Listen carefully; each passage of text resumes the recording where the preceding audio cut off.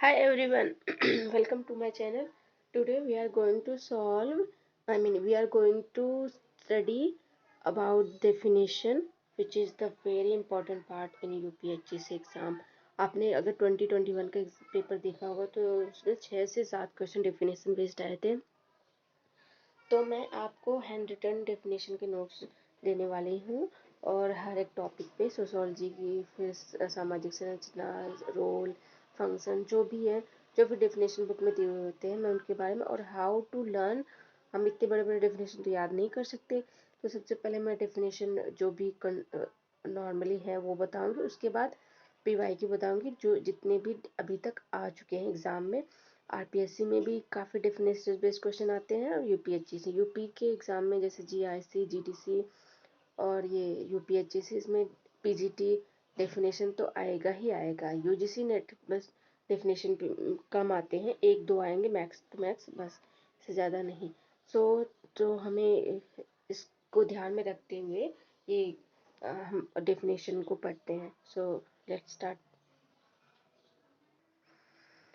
सबसे पहले सामाजिक संरचना. कार्ल मैनहाइम ने लिखा है, सामाजिक संरचना परस्पर क्रिया करती सामाजिक शक्तियों का जाल है जिससे अवलोकन और चिंतन की विभिन्न प्रणालियों का जन्म होता है. आई नो कि ये बहुत ज़्यादा हिंदी हो गया, बट हम क्या करें, मेरे पास हिंदी में ही डेफिनेशन अवेलेबल है, पर जब इंग्लिश में होगा आई विल प्रोवाइड दिस. ये डेफिनेशन दी है कार्ल मैनहाइम ने. यहाँ पे हम इनको कीवर्ड की तरह नोट कर सकते हैं, जैसे सामाजिक शक्तियों का जाल इनकी डेफिनेशन में, फिर कार्ल मैनहाइम. बस ऐसे ऐसे स्मॉल पॉइंट या थिंक से रिलेटेड करके हम समझ सकते हैं, क्योंकि इतनी बड़ी बड़ी डेफिनेशन याद करना इट्स नॉट इजी. नेक्स्ट है गिन्सबर्ग. गिन्सबर्ग ने कहा है, सामाजिक संरचना का अध्ययन सामाजिक संगठन के प्रमुख स्वरूपों अर्थात समूहों, समितियों तथा संस्थाओं के प्रकार एवं इन सबके संकुल जिनसे कि संस्थाओं के प्रकार एवं जिनसे कि समाज का निर्माण होता है से संबंधित है. पार्सन्स कहते हैं, सामाजिक संरचना परस्पर संबंधित संस्थाओं, एजेंसियों और सामाजिक प्रतिमानों तथा साथ ही समूह में प्रत्येक सदस्य द्वारा ग्रहण किए गए पदों तथा कार्यों की विशिष्ट क्रमबद्धता को कहते हैं. तो हम यहाँ से क्या कीवर्ड नोट कर सकते हैं, प्रत्येक सदस्य द्वारा ग्रहण किए गए पदों तथा कार्यों की विशिष्ट क्रमबद्धता को कहते हैं. यहाँ पे जैसे संस्थाओं, एजेंसियों और सामाजिक प्रतिमानों ये कर सकते हैं. मैकाइवर एवं पेज कहते हैं, समूह निर्माण के विभिन्न तरीके संयुक्त रूप से सामाजिक संरचना के जटिल प्रतिमान का निर्माण करते हैं. मैकाइवर एवं पेज, इनका नाम बहुत अच्छे से याद करना होगा, क्योंकि इनसे रिलेटेड कोई ना कोई डेफिनेशन तो आ ही जाती है. मजूमदार एवं मदान कहते हैं, पुनरावृत्ति सामाजिक संबंधों के तुलनात्मक स्थायी पक्षों से सामाजिक संरचना बनाती है. कोजर एवं रोजनबर्ग कहते हैं, संरचना का तात्पर्य सामाजिक इकाइयों के तुलनात्मक स्थिर एवं प्रतिमानित संबंधों से है. तो जहाँ जहाँ पे मैंने रेड अंडरलाइन की है, हम सिर्फ उसको पॉइंट को ज़्यादा नोट करेंगे. हैरी जॉनसन कहते हैं, किसी वस्तु का ढांचा, संरचना उसके अंगों की अपेक्षाकृत स्थायी अंतर संबंधों से निर्मित होता है. स्वयं अंग शब्द से ही कुछ स्थायित्व के अंश का ज्ञापन होता है. तो इनकी डेफिनेशन में हम स्थायी अंतर संबंधों ये कीवर्ड नोट करेंगे. रेडक्लिफ ब्राउन कहते हैं, सामाजिक संरचना के अंग या भाग मनुष्य ही है और स्वयं संरचना द्वारा परिभाषित और नियमित संबंधों में लगे हुए व्यक्तियों की क्रमबद्धता है. तो उनके कीवर्ड में मनुष्य और व्यक्ति है. समाज के मुख्य भाग मनुष्य ही है. क्वेश्चन एगन एंड फोर्टिज अंतःवैयक्तिक संबंधों को ही सामाजिक संरचना के अंग मानते हैं. इनका कीवर्ड है अंतःवैयक्तिक संबंध. इवांस प्रचार समूह के अंतर संबंधों को इससे लगता है ये आगे नहीं है, आगे है फंक्शंस का डेफिनेशन. रेडक्लिफ ब्राउन कहते हैं कि सामाजिक इकाई का प्रकार उस इकाई का वह योगदान है जो वह सामाजिक व्यवस्था की क्रियाशीलता के रूप में सामाजिक जीवन को देती है. क्रियाशीलता और सामाजिक व्यवस्था की क्रियाशीलता, हम इनका कीवर्ड देखते हैं. प्रकार एक आंशिक क्रिया द्वारा उस संपूर्ण क्रिया को दिया जाने वाला योगदान है जिसका कि वह एक भाग है. जॉनसन कहते हैं, किसी भी आंशिक संरचना जैसे एक उपसमूह, एक भूमिका, एक सामाजिक नियम अथवा एक सांस्कृतिक मूल्य का वह योगदान जो वह एक सामाजिक व्यवस्था या उपव्यवस्था की एक या अधिक आवश्यकताओं की पूर्ति हेतु करे, प्रकार्य कहा जाता है। प्लूखॉन कहते हैं संस्कृति का कोई भी भाग तभी प्रकार्यात्मक होता है जब वह इस प्रकार की अनुक्रिया करे कि उसे सामाजिक रूप से ग्रहण किया जा सके तथा व्यक्ति समाज से अपना अनुकूलन करने के लिए उसे सुविधापूर्ण समझे। मर्टन कहते हैं प्रकार वे अलौकिक परिणाम है जो कि सामाजिक व्यवस्था को अनुकूलन या सामंजस्य को बढ़ाते हैं। तो मर्टन का ये डेफिनेशन बहुत इम्पोर्टेंट है क्योंकि ये कई बार आ चुका है और ये पीवाईक्यू में भी आ चुका है। सो इस डेफिनेशन को हम अच्छे से पढ़ेंगे। आगे है status and role. Elliott and Merrill कहते हैं परिस्थिति व्यक्ति का वह पद है जिसे व्यक्ति किसी समूह में अपने लिंग, आयु, परिवार, वर्ग, व्यवसाय, विवाह अथवा प्रयत्नों आदि के कारण प्राप्त करता है। सो इनके डेफिनेशन में हम लिंग, आयु, परिवार आदि को कीवर्ड मान सकते हैं के द्वारा व्यक्ति प्राप्त करता है। अकबर निमकॉफ कहते हैं परिस्थिति की सबसे सरल परिभाषा यह है कि समूह में व्यक्ति के पद का प्रतिनिधित्व करती है। तो व्यक्ति के पद का प्रतिनिधित्व ये कीवर्ड हम मानते हैं इनके डेफिनेशन में। क्वेश्चन किम्बॉल यंग कहते हैं प्रत्येक समाज तथा समूह में प्रत्येक व्यक्ति को कुछ कार्यों को संपन्न करना होता है जिनके साथ शक्ति तथा प्रतिष्ठा की कुछ मात्रा जुड़ी होती है। शक्ति तथा प्रतिष्ठा की जिस मात्रा का हम प्रयोग करते हैं वह उसकी परिस्थिति है। तो यहाँ पे हम शक्ति तथा प्रतिष्ठा की मात्रा को कीवर्ड मानते हैं इनके लिए। लिंटन के अकॉर्डिंग सामाजिक व्यवस्था के अंतर्गत किसी व्यक्ति को एक समय विशेष में जो स्थान प्राप्त होता है उसी को उस व्यक्ति की सामाजिक परिस्थिति कहा जाता है। तो एक समय विशेष में जो स्थान प्राप्त होता है। बिरेस्टेट कहते हैं सामान्यतः एक परिस्थिति समाज अथवा एक समूह में एक पद है। परिस्थिति संस्थागत भूमिका है। ये भी आता है कि परिस्थिति संस्थागत भूमिका है। समाज अथवा समूह में एक पद ये हम मान सकते हैं। अर्जित परिस्थिति हॉर्टन एंड हंट एक सामाजिक पद जिसे व्यक्ति अपनी इच्छा एवं प्रतिस्पर्धा के द्वारा प्राप्त करता है वो उसकी अर्जित परिस्थिति होती है। अब रोल के बारे में क्या कहते हैं फेयरचाइल्ड। भूमिका किसी भी व्यक्ति का समूह में वह अपेक्षित कार्य या व्यवहार है जो समूह या संस्कृति के द्वारा परिभाषित किया गया है। किसी भी व्यक्ति समूह का वह अपेक्षित कार्य या व्यवहार है ये हम इनका कीवर्ड मान लेते हैं। डेविस कहते हैं भूमिका का वह ढंग जिसके द्वारा व्यक्ति अपनी स्थिति संबंधी आवश्यकताओं की पूर्ति करता है। तो यहाँ पे स्थिति संबंधी आवश्यकताएं हैं। इलियट और मैरिल के अकॉर्डिंग भूमिका वह कार्य है जिसे वह व्यक्ति प्रत्येक स्थिति के अनुरूप करता है। यहाँ पे प्रत्येक स्थिति के अनुरूप व्यक्ति जो कार्य करता है वह उसकी भूमिका होती है। घुमा फिरा के सबने वही बात कही है बट अलग अलग शब्दों में। सार्जन कहते हैं किसी व्यक्ति की भूमिका सामाजिक व्यवहार का ही एक प्रतिमान अथवा प्रारूप है जिसे वह अपने सदस्यों की प्रत्याशाओं के अनुसार एक परिस्थिति में ठीक समझता है। लिंटन कहते हैं भूमिका शब्द का प्रयोग किसी विशेष परिस्थिति से संबंधित सांस्कृतिक प्रतिमान की समग्रता के लिए किया जाता है। ऑकबर्न एवं न्यूकॉफ कहते हैं भूमिका एक समूह में एक विशिष्ट पद से संबंधित सामाजिक प्रत्याशाओं व्यवहार प्रतिमानों का योग है जिसमें कर्तव्य एवं सुविधा दोनों का समावेश होता है। तो इनकी डेफिनेशन थोड़ी इम्पोर्टेंट लगती है, रेड में आया हुआ है। सामाजिकरण की डेफिनेशन देखते हैं। ग्रीन सामाजिकरण वह प्रक्रिया है जिसके द्वारा बच्चा सांस्कृतिक विशेषताओं, आत्मपन और व्यक्तित्व को प्राप्त करता है। क्लीन और क्लीन कहते हैं सामाजिकरण से हमारा तात्पर्य उस प्रक्रिया से है जिसके द्वारा व्यक्ति समूह में एक क्रियाशील सदस्य बनता है, समूह को क्रियाविधियों से समन्वय स्थापित करता है। तो क्रियाशील सदस्य हम इनको एक कीवर्ड के मान लेते हैं और समन्वय स्थापित करता है। किम्बॉल यंग कहते हैं सामाजिकरण वह प्रक्रिया है जिसके द्वारा व्यक्ति सामाजिक और सांस्कृतिक क्षेत्र में प्रवेश करता है तथा समाज के विभिन्न समूहों का सदस्य बनता है। तो यहाँ से सामाजिक और सांस्कृतिक क्षेत्र में प्रवेश हम किम्बॉल यंग के लिए कीवर्ड मान लेते हैं और जिसके द्वारा उसे समाज के मूल्यों और मानकों को स्वीकार करने की प्रेरणा मिलती है। जॉनसन कहते हैं कि सामाजिक और सीखने की वह प्रक्रिया है जो सीखने वाले को सामाजिक भूमिकाओं का निर्वाह करने के योग्य बनाती है। तो इनका सामाजिक भूमिकाओं का निर्वाह इम्पोर्टेंट है जॉनसन के लिए। कोलंबस कहते हैं सामाजिकरण के अभाव में कोई मनुष्य समाज का सामान्य सदस्य नहीं बन सकता।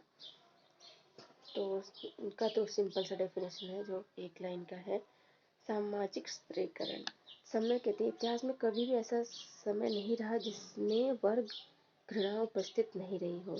हिटलर के अकॉर्डिंग असमानता सभी संस्कृतियों की विशेषता है। यद्यपि एक समूह से दूसरे समूह में, संस्कृति से दूसरी संस्कृति में असमानता के विस्तार एवं प्रकार में अंतर पाया जाता है। तो असमानता सभी संस्कृतियों की विशेषता ये इनका कीवर्ड है। जिस पर सामाजिक स्त्रीकरण समाज का उन स्थायी समूहों अथवा श्रेणियों में विभाजन है जो कि आपस में श्रेष्ठता एवं अधीनता के शब्दों द्वारा संबंध होते हैं। रेमंड मूरे कहते हैं स्त्रीकरण उच्चतम न्यूनतम सामाजिक इकाइयों में समाज का क्षैतिज विभाजन है। ये डेफिनेशन आया हुआ लगता है, पीवाईक्यू में रिपीटेड है। सदरलैंड एवं वुडवर्ड कहते हैं स्त्रीकरण केवल अंतःक्रिया अथवा विभेदीकरण की ही प्रक्रिया है जिसमें कुछ व्यक्तियों को दूसरे व्यक्तियों की तुलना में उच्च स्थिति प्राप्त होती है। टॉलकट पार्सन्स कहते हैं किसी समाज व्यवस्था में व्यक्तियों का ऊंचे और नीचे क्रम विन्यास में विभाजन ही स्त्रीकरण है। सो ये टॉलकट पार्सन की डेफिनेशन इंपॉर्टेंट है, ये आई भी हुई है पीवाईक्यू में।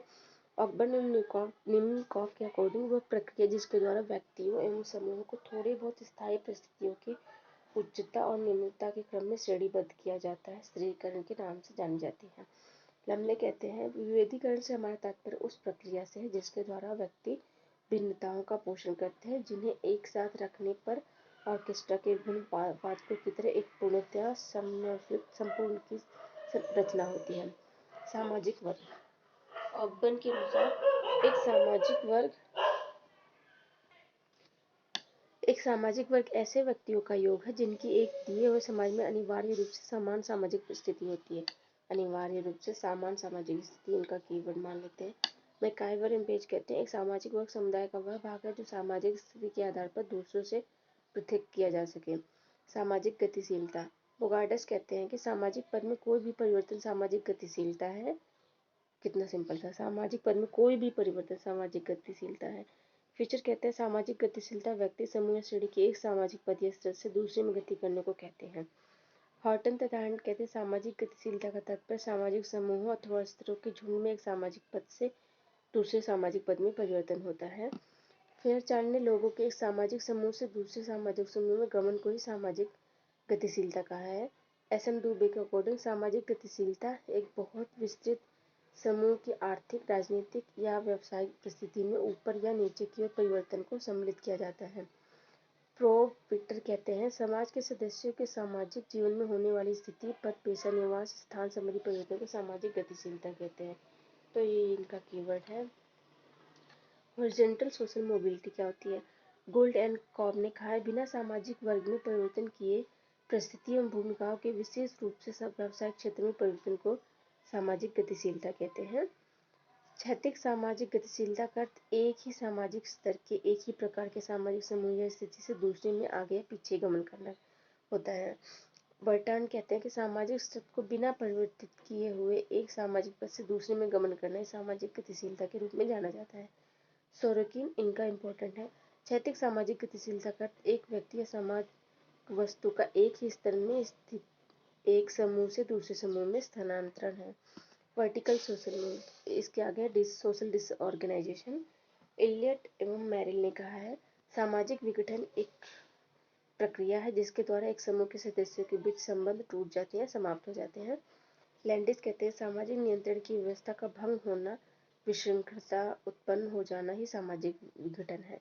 न्यूमेयर जब समूह का एक मध्य तथा उसके सदस्य की उद्देश्य की एकता भंग हो जाए, सामाजिक संरचना का संतुलन अस्त व्यस्त हो जाए और समाज के क्रियाशील संबंध टूट जाए तो मानना चाहिए कि सामाजिक विघटन के लक्षण उत्पन्न हो गए। बहुत लंबा डेफिनेशन का। तो थॉमस ने कहा है सामाजिक विघटन समूह के सदस्यों पर से समाज के मौजूदा नियमों के प्रभाव का कम होना है। हैरिस कहते हैं सामाजिक विघटन मानवीय संबंधों के प्रति मानव एवं कार्यों में पड़ने वाली बाधा का नाम है। लेपियर और फॉन्सवर्थ विघटन विशेष रूप से सामाजिक संरचना के अंदर उत्पन्न हुए संतुलन की ओर संकेत करता है। गिलिन कहते हैं सामाजिक विघटन से हमारा तात्पर्य संपूर्ण सांस्कृतिक ढांचे तथा विभिन्न तत्वों के बीच ऐसा संतुलन उत्पन्न होना है जो समूह के अस्तित्व को खतरे में डाल देता है। यह समूह के सदस्यों की भौतिक आवश्यकताओं को पूरा करने में इतनी गंभीर बाधाएं उत्पन्न करता है कि उससे सामाजिक एकता नष्ट हो जाती है। सीखना है कुछ। ये कहते हैं कि सामाजिक विघटन वह प्रक्रिया जिसके अंतर्गत व्यक्तियों के सामूहिक संबंध लगभग नष्ट हो जाते हैं तथा सहयोगी प्रक्रियाएं पूर्णतः समाप्त होती हुई प्रतीत होती हैं। परिवार की डेफिनेशन। अगस्त कॉम्टे के अनुसार परिवार समाजशास्त्र विषय के अध्ययन की इकाई है। सिडनी और गोल्डस्टोन ने कहा है, परिवार वह झूला है जिसमें भविष्य का जन्म होता है और वह शिशुगृह जिसमें नए प्रजातंत्र का जन्म होता है। ये इनका इम्पोर्टेंट लगता है क्योंकि ये PYQ में आया हुआ है। कूले कहते हैं परिवार मानव जीवन की पोषिका है। मेलिनोवस्की, परिवार ही एक ऐसा समूह है जिसे मनुष्य पशु अवस्था से अपने साथ लाया है। ये भी इम्पोर्टेंट है। अरिस्टो कहते हैं समुदाय परिवारों का ही योग है। मेलिनोवस्की कहते हैं एक विवाह का सच्चा स्वरूप है, रहा है और रहेगा। ये डेफिनेशन PYQ में आ चुकी है, सो इम्पोर्टेंट है। समनर एवं केलनर कहते हैं अंतर विवाह रूढ़िवादी है जबकि बहिर्विवाह प्रगतिवादी है। अब हम देखते हैं समिति एवं संस्था की डेफिनेशन। मैकाइवर एवं पेज के अनुसार समिति व्यक्तियों को समूह जिसका एक सामान्य उद्देश्य हो, जिसे उद्देश्य की पूर्ति के लिए संगठित किया गया है, जिसे एक सामान्य उद्देश्य या उद्देश्यों की पूर्ति के लिए संगठित किया गया है। मैकाइवर एवं पेज का दूसरी डेफिनेशन, कोई संगठन किसी एक या अनेक स्वार्थों की पूर्ति के लिए जब दूसरों के सहयोग के साथ जानबूझकर बनाया जाए तब हम उसे समिति कहते हैं। फेयरचाइल्ड, समिति एक संगठनात्मक समूह है जिसका निर्माण निश्चित उद्देश्य की पूर्ति के लिए किया जाता है तथा इसका अपना एक आत्मनिर्भर प्रशासकीय ढांचा तथा कार्यकर्ता होते हैं। तो ये आत्मनिर्भर प्रशासकीय ढांचा ये कीवर्ड है। मॉरिस जिन्सबर्ग कहते हैं समिति एक दूसरे संबंधित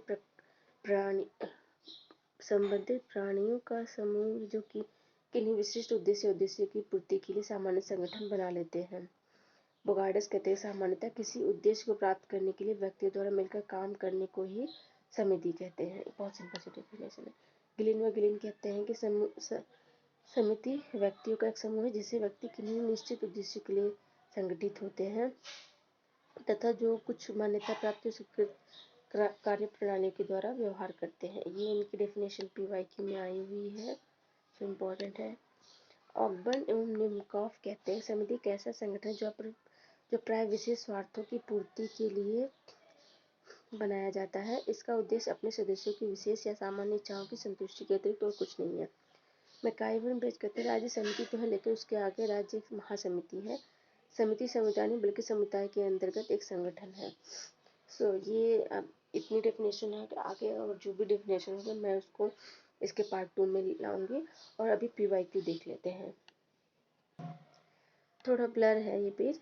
social contact is the first phase of interaction, ये गिलिन ने कहा है।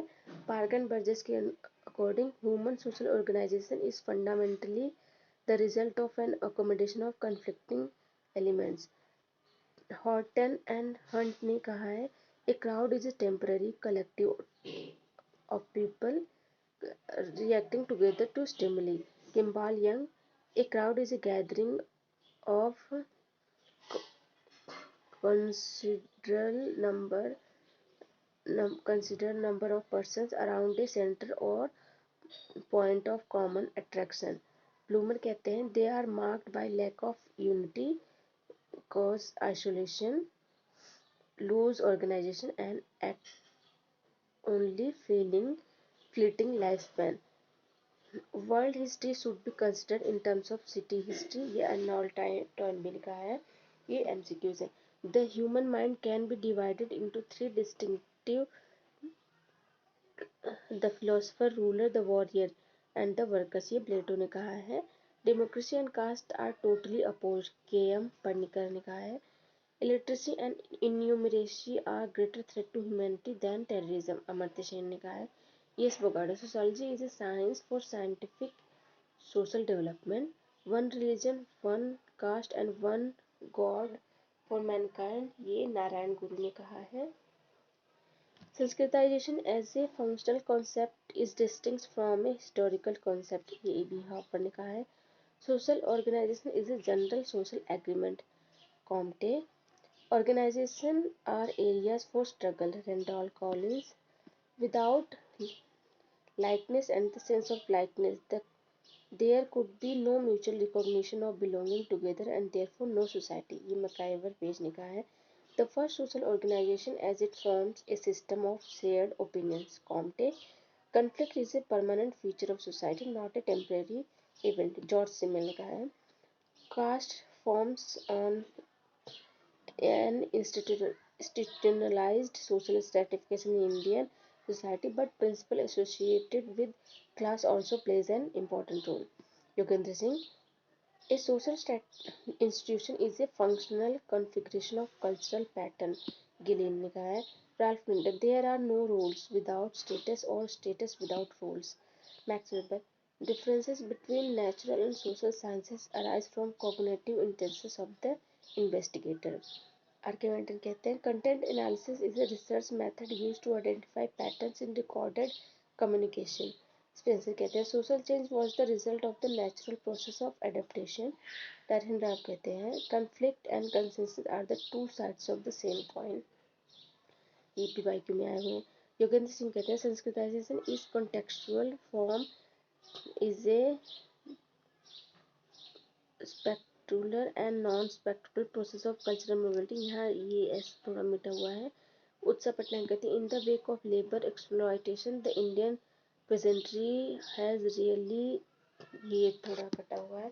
सो आगे जो भी PYQ में डेफिनेशन होगी वो मैं नोट करके आऊँगी, क्योंकि इतना ज़्यादा डेफिनेशन याद करना कोई मतलब इजी नहीं है। सो अगर हम PYQ अच्छे से पढ़ लें कौन कौन सी डेफिनेशन आए, जो जो रिपीटेड डेफिनेशन है वही ज़्यादा मोस्टली रिपीट होती हैं, इतना इनफ रहेगा। Thank you so much for watching this video.